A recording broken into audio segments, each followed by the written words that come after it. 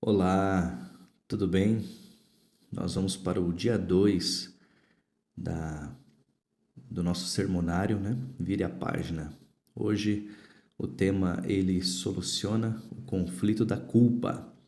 Lembrando que essa gravação é apenas uma leitura, né? Estou aproveitando o momento de ler os sermões para também deixar registrado, gravado, no momento em que eu estudo, gravado aqui a leitura, né? Já mata dois coelhos com a cajadada só. São sermões da professora Denise, líder do Ministério da Mulher aqui na União Sul-Brasileira, e com certeza mensagens inspiradoras. Muito bem, como eu disse, o título de hoje é Ele soluciona o conflito da culpa. Quem já não se sentiu culpado na vida? Quem não teve o sentimento de culpa por ter feito algo errado ou por ter deixado de fazer algo importante? Provavelmente todos nós. O sentimento da culpa é doloroso e com ele surgem também outros desconfortos emocionais, como raiva, vergonha, medo, complexo de inferioridade, apatia, sensação de tristeza, pensamentos turbulentos, etc.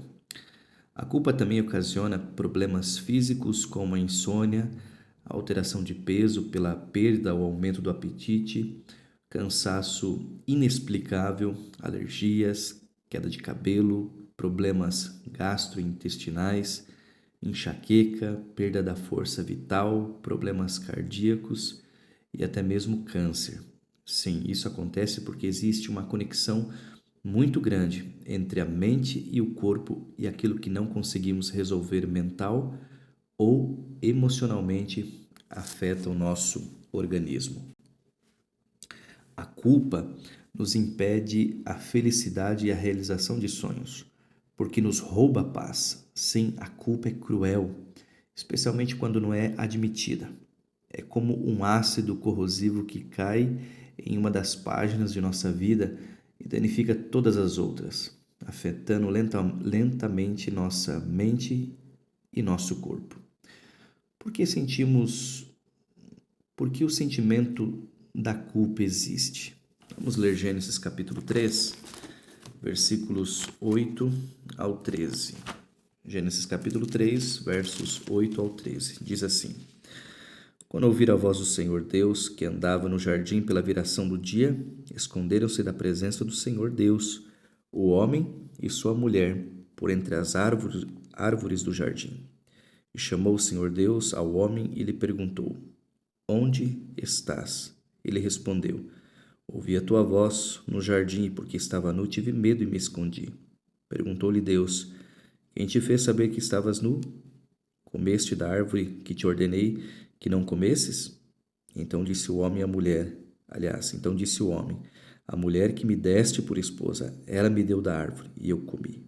Disse o Senhor Deus à mulher: Que é isso que fizeste? Respondeu a mulher: A serpente me enganou e eu comi. Ontem estudamos esse texto que nos mostra a raiz de todos os nossos males, o problema do pecado. Mas ele também nos ajuda a entender quando e como o sentimento de culpa surgiu. Ao avaliar essa narrativa, descobrimos que o primeiro sentimento negativo de Adão e Eva não foi o medo, mas sim a culpa. Esconder-se de Deus porque tiveram medo foi a reação posterior ao sentimento de culpa. Ao comentar sobre esse fato, a autora cristã Ellen White escreveu: A grande sabedoria que obtiveram foi o conhecimento do pecado e o senso de culpa. Isso está registrado no livro História da Redenção, página 37. Podemos tentar inocentar e justificar Adão e Eva dizendo que eles caíram porque foram enganados pela serpente. Ainda assim, foi uma escolha consciente deles, pois o Senhor os havia alertado e orientado para que não se aproximassem da árvore do conhecimento do bem e do mal.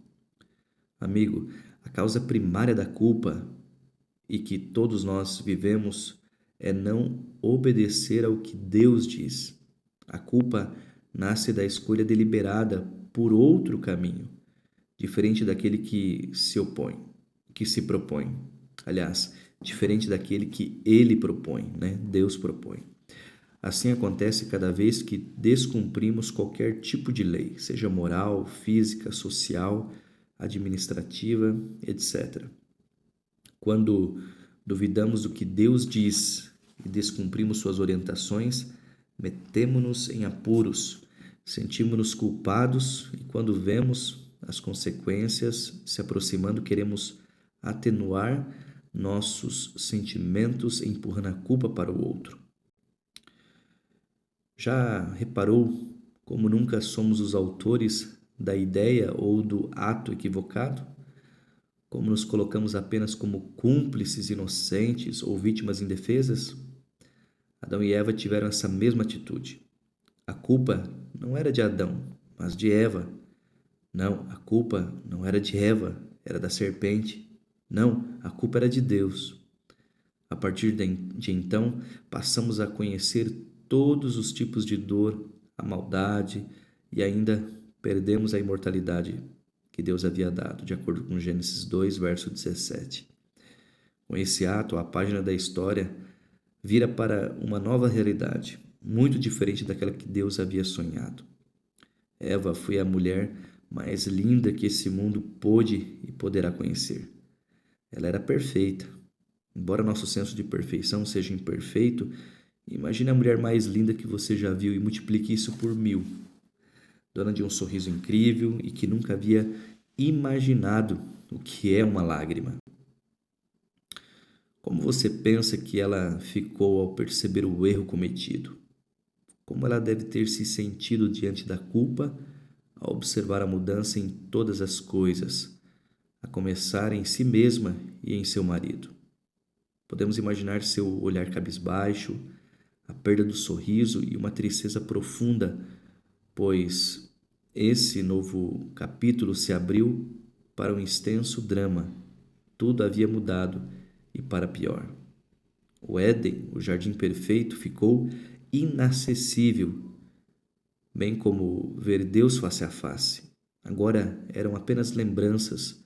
O mundo mudou, a criação sofreu, as folhas passaram a secar e cair, sendo também atacadas por pragas. As flores passaram a ter espinhos e algumas até se tornaram venenosas. Os animais ficaram ariscos, atrevidos, alguns medrosos e outros cruéis.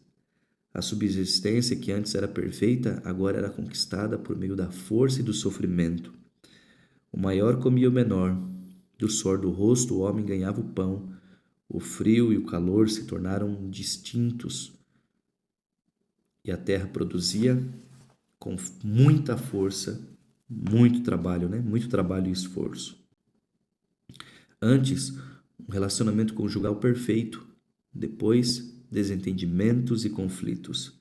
Antes, um corpo perfeito. Depois, um corpo sujeito a vírus, dores, rugas, flacidez, doenças e morte. Você já passou por uma situação em que sua escolha trouxe consequências negativas para a sua história, mas também para a história de outras pessoas? Algum vício que, além de ter agredido você, também o afastou das pessoas que amava? Um investimento, um negócio ilegal que trouxe prejuízos financeiros, sociais e familiares? Quem sabe a perda de uma bolsa de estudos por ter preferido a diversão no lugar da dedicação aos livros? Tudo isso traz a culpa. E ela é muito dolorosa. Ela foi enganada e nós também somos enganados. Alguns por desconhecer o inimigo, outros por descuido e escolhas conscientes, e há aqueles que pensam ter a capacidade própria de decidir entre o certo e o errado, assim como Eva. Por que Satanás continua sendo ardiloso para nos levar ao erro? Porque ele vive o drama da culpa em todas as suas dimensões. Ele carrega o maior sentimento de culpa que existe no universo. Por ser o autor de todo mal e desgraça, acusador, enganador, e usar da estratégia de culpar a Deus pelo destino que ele mesmo escolheu. Sua culpa é imensa porque, além de ter feito a escolha errada e perdido sua posição, além de ter induzido a humanidade ao erro, Lúcifer teve a oportunidade de se arrepender, mas não quis. Ele carrega a culpa de ter instigado a terça parte dos anjos do céu a descumprirem a ordem celeste, levando-os a crer no pior de todos os enganos, o de que jamais seriam perdoados por Deus, mesmo que se arrependessem. Foi culpa sobre culpa. A culpa, o ponto e vírgula em nossa página. Toda dor física é um indicativo de que algo no corpo não está bem, e o mesmo acontece com as dores emocionais. Se há culpa, algo em nosso passado precisa ser tratado. Considere comigo 4 aspectos em relação à culpa. Primeiro, a culpa é um sinal. Ela é como um ponto e vírgula na sentença, que nos chama para uma pausa maior do que a maior do que a da vírgula e menor do que a do ponto final. Pausa para uma reflexão a fim de entendermos onde erramos, o que nos levou a errar e a ter a humildade de pedir perdão, corrigindo a rota. Neste sentido, a culpa tem seu aspecto produtivo. Quando o sentimento de culpa vem, nossa oração deveria ser como a de Jó. Quantas culpas e pecados tenho eu? Notifica-me a minha transgressão e o meu pecado. Jó capítulo 13, versículo 23. Segundo, a culpa não é da lei. Alguns alegam que se não há lei ou restrições, então não há erro e, consequentemente, não há culpa. Eles querem abolir as regras e impor leis que promovam liberdade, mas uma falsa liberdade. Nenhum governo, nenhum sistema, seja natural, político ou social, se sustém sem estatutos e leis. Os regulamentos não apenas mantêm a ordem, mas nos livram de graves problemas físicos, emocionais, sociais, relacionais, financeiros e tantos outros. Protegemos-nos em diversos sentidos, inclusive da culpa.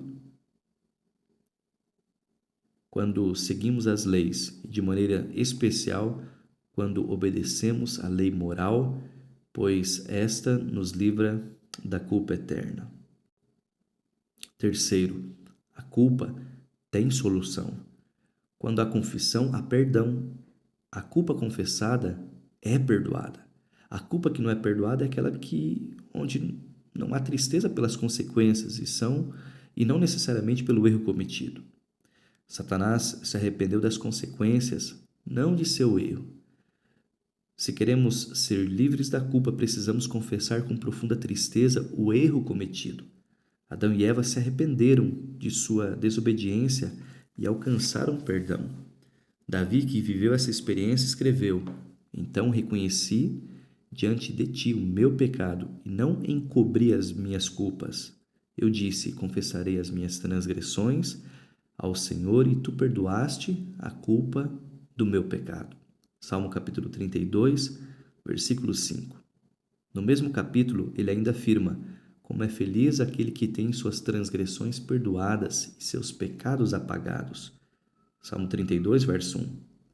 Poderíamos dizer: como é feliz aquele que tem suas culpas apagadas.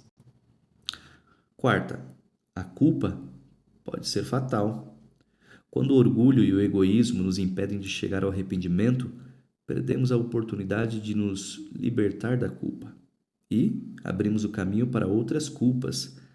Desenhamos como um redemoinho, um labirinto atroz em nossa página que levará à perda gradativa do respeito próprio, da sensatez, da moralidade e da eternidade. Como eliminar a culpa? Um dos benefícios ao se ler uma história é desenvolvermos a imaginação. De acordo com um estudo neurológico recente, a imaginação cria mais neurônios no cérebro e, se a usarmos, teremos 73% menos probabilidade de desenvolver os problemas de memória que levam à demência. Sendo assim, usemos nossa imaginação neste momento e voltemos ao cenário inicial do mundo recém-criado. Você consegue imaginar o sentimento de Adão e Eva quando o Senhor matou e esfolou um carneiro, talvez 2 carneiros ou mais, para fazer a vestimenta e ainda ver o primeiro animal sendo sacrificado e oferecido em holocausto para que tivessem o perdão dos pecados? Arrependidos, Adão e Eva confessaram sua culpa.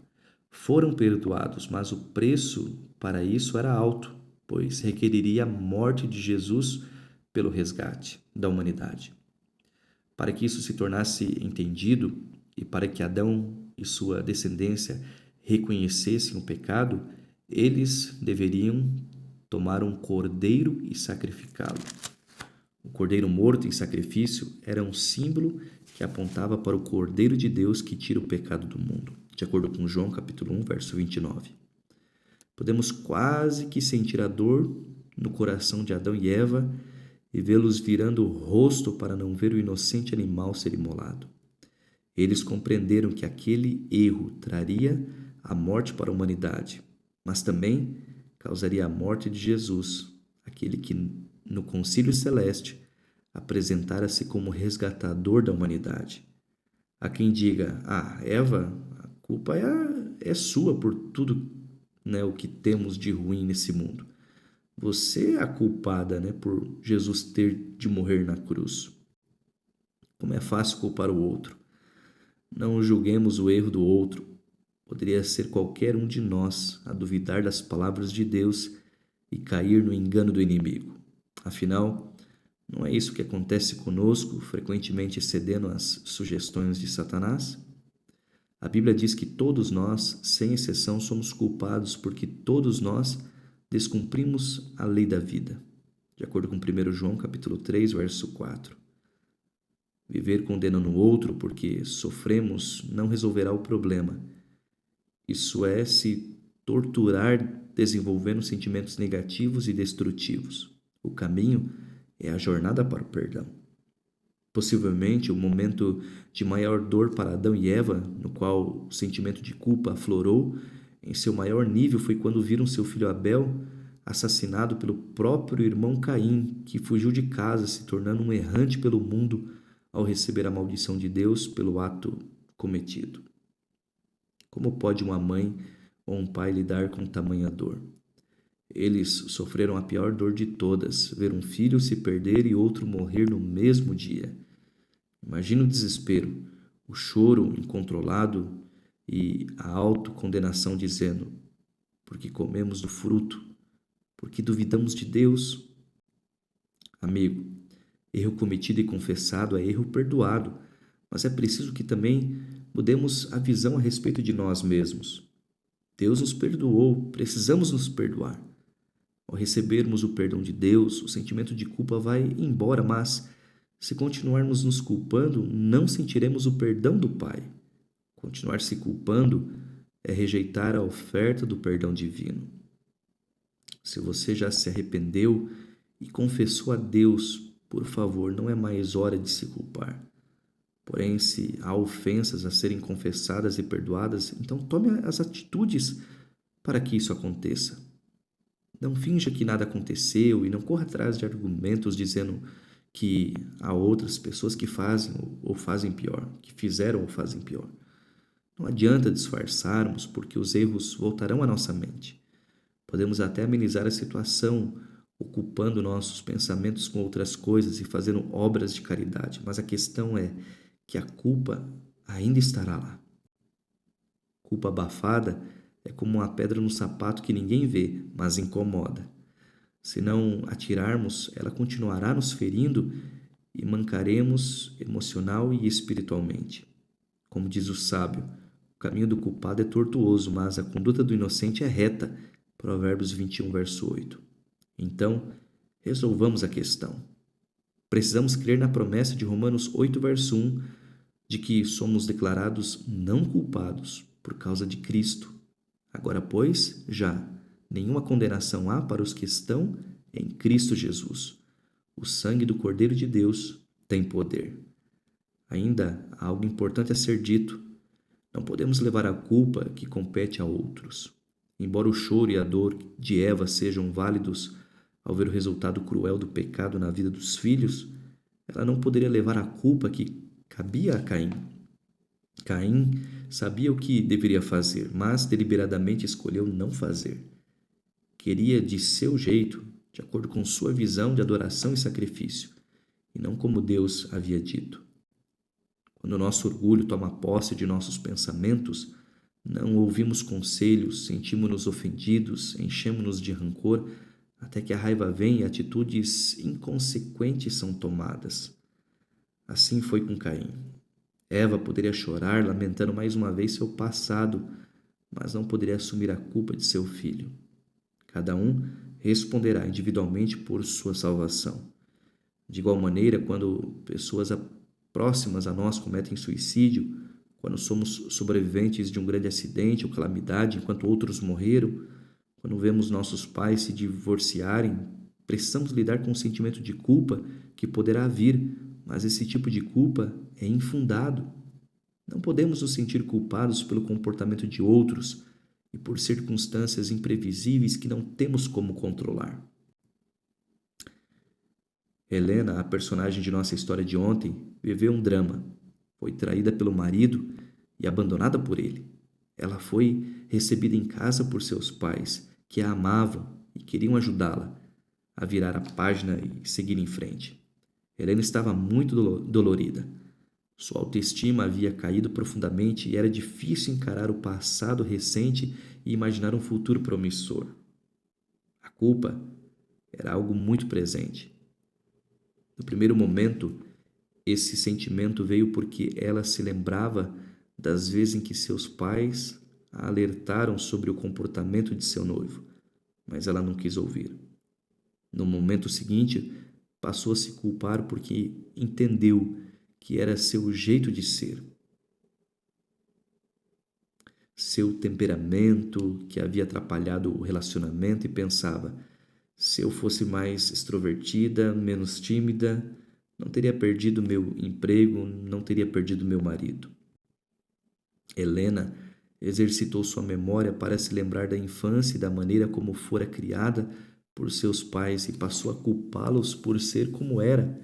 Atribuía a eles toda a responsabilidade sobre sua personalidade e a maneira de encarar a vida. Cada dia alimentava esse pensamento, transferindo a eles a culpa por tudo que havia vivido. É verdade que nossa identidade é formada pela maneira como nossos pais nos veem e tratam, como aquilo que deles ouvimos e como somos educados, mas isso não é tudo, nem será o único fator determinante. Há uma série de outros aspectos que influenciam nosso comportamento, nosso jeito de ser. Helena se deixou dominar pela raiva e, depois de despertar toda a sua amargura da alma sobre os pais, não havia mais clima para ela naquela casa. Você realmente aceita, você realmente acredita que é possível eliminar a dor das consequências transferindo a culpa para os outros? Não.